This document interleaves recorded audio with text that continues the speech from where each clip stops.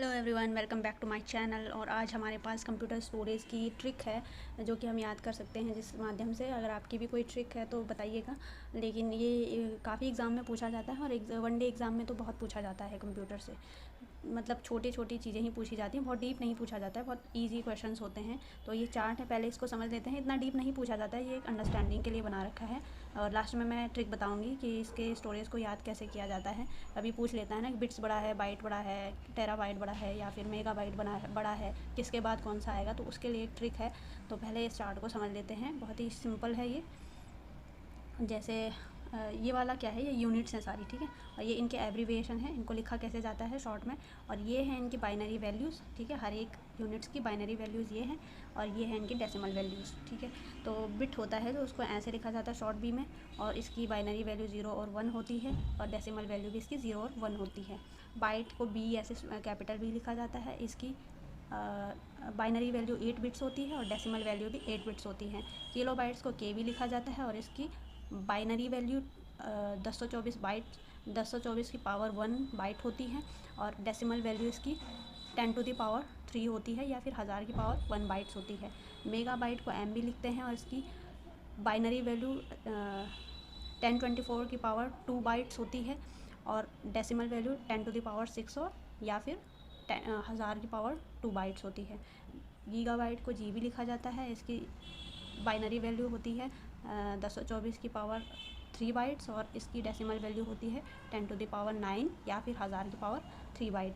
Terabyte को T भी लिखा जाता है, इसकी बाइनरी वैल्यू होती है 1024 की पावर 4 और डेसिमल वैल्यू होती है 10 की पावर 12 या फिर 1000 की पावर 4। अगर आप 10 को ऐसे 12 बार मल्टीप्लाई करेंगे खुद से तो वो इसके ही बराबर आएगा, ये 4 की 1000 की पावर 4 का जितना वैल्यू आएगा। ये दोनों सेम ही हैं, लेकिन कभी कभी पूछ लिया जाता है तो मैंने दोनों इंक्लूड करे हुए हैं साथ में।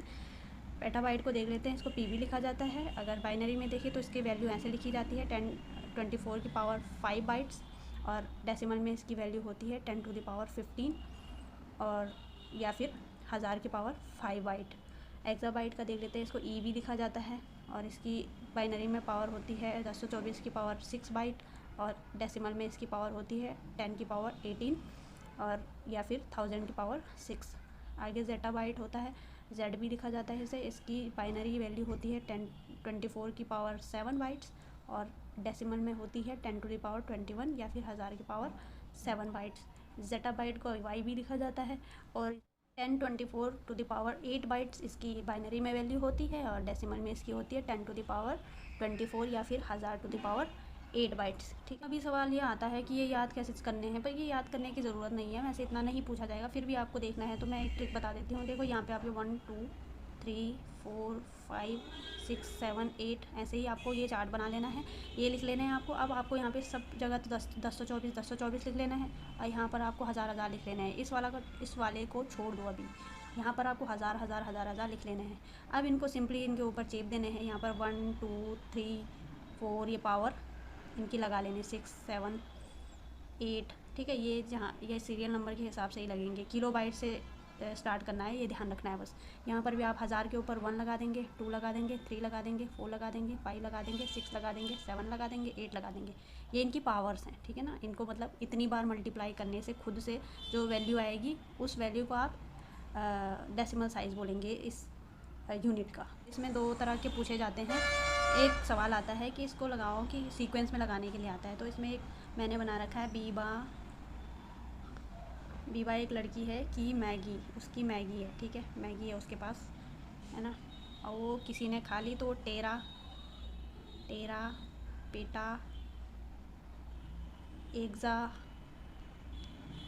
जोटा अयोटा।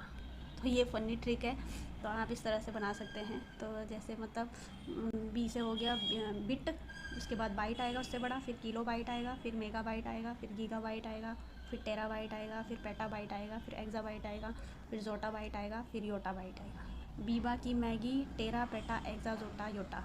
बीबा की मैगी टेरा पेटा एक्सा जोटा योटा। बीबा की मैगी टेरा पेटा एक्सा जोटा योटा, ठीक है। तो ये यहाँ पर छोटा बी, बड़ा बी, अभी कलर चेंज करती हूँ। ये हो गया छोटा बी, ये बड़ा बी, ये के बी, ये एम बी, ये जी बी, ये हो गया टी बी, ये हो गया पी बी, ये हो गया एक्स बी। आप ट्रिक कर सकते हैं, वरना तो ऐसे भी याद कर लेते हैं लोग तो। ये हो गया वाई बी, ये हो गया नहीं, ये हो गया जेड बी, ये छोटा होता है ना, सबसे बड़ा योटा बाइट होता है वाई बी। तो ये तो हो गया एक ट्रिक। एक और तरह का क्वेश्चन आता है दोस्तों,